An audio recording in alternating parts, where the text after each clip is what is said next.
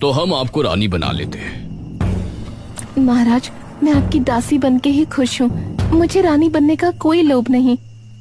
अवश्य, आप हमारी मुख्य दासी हैं।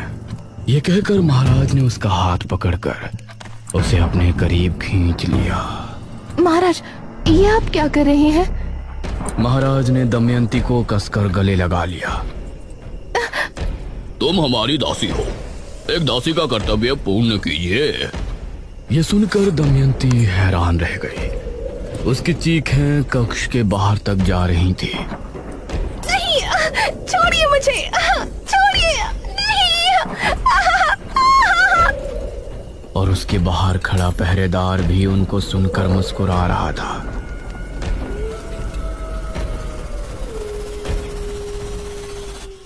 आधी रात के समय महाराज को नींद आ गई, लेकिन दमयंती वहीं पड़ी रो रही थी।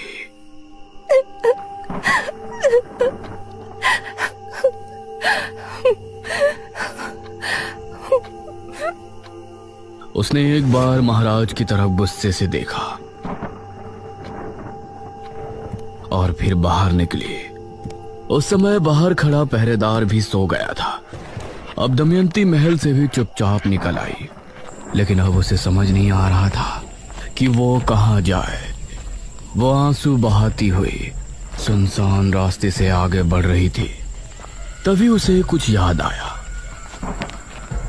सही थी तुम, मैं इस दुनिया के योग्य नहीं हूँ। कोई मुझे कुछ नहीं समझता। मुझे तुम्हारी जरूरत है। मुझे पता था कि तुम एक दिन मेरी पुकार जरूर सुनोगी। हाँ, अब मुझे समझ आ गया है। लेकिन अब तुमको भी मेरे सामने आना होगा। कहाँ हो तुम? जहाँ तुम हो उससे दक्षिण दिशा में कुछ कदम की दूरी पर, शमशान भूमि से 2 कोस दूर, मैं तुम्हारा इंतजार कर रही हूँ। दमयंती दक्षिण दिशा में रवाना हुई।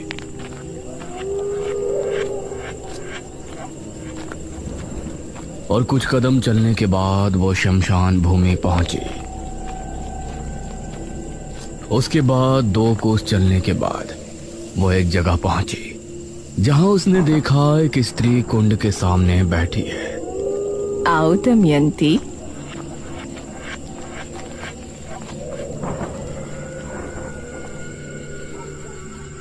कहिए, आप मुझे कैसे जानती हैं? आपकी आवाज मुझ तक कैसे पहुंचती थी? वो सब मेरी शक्तियों का असर था। मैं एक सिद्ध तांत्रिका हूँ। मुझे तुम्हारी जरूरत है और तुमको मेरी। बहुत कम लोग ऐसे होते हैं जो भगवान के खेल को समझते हैं।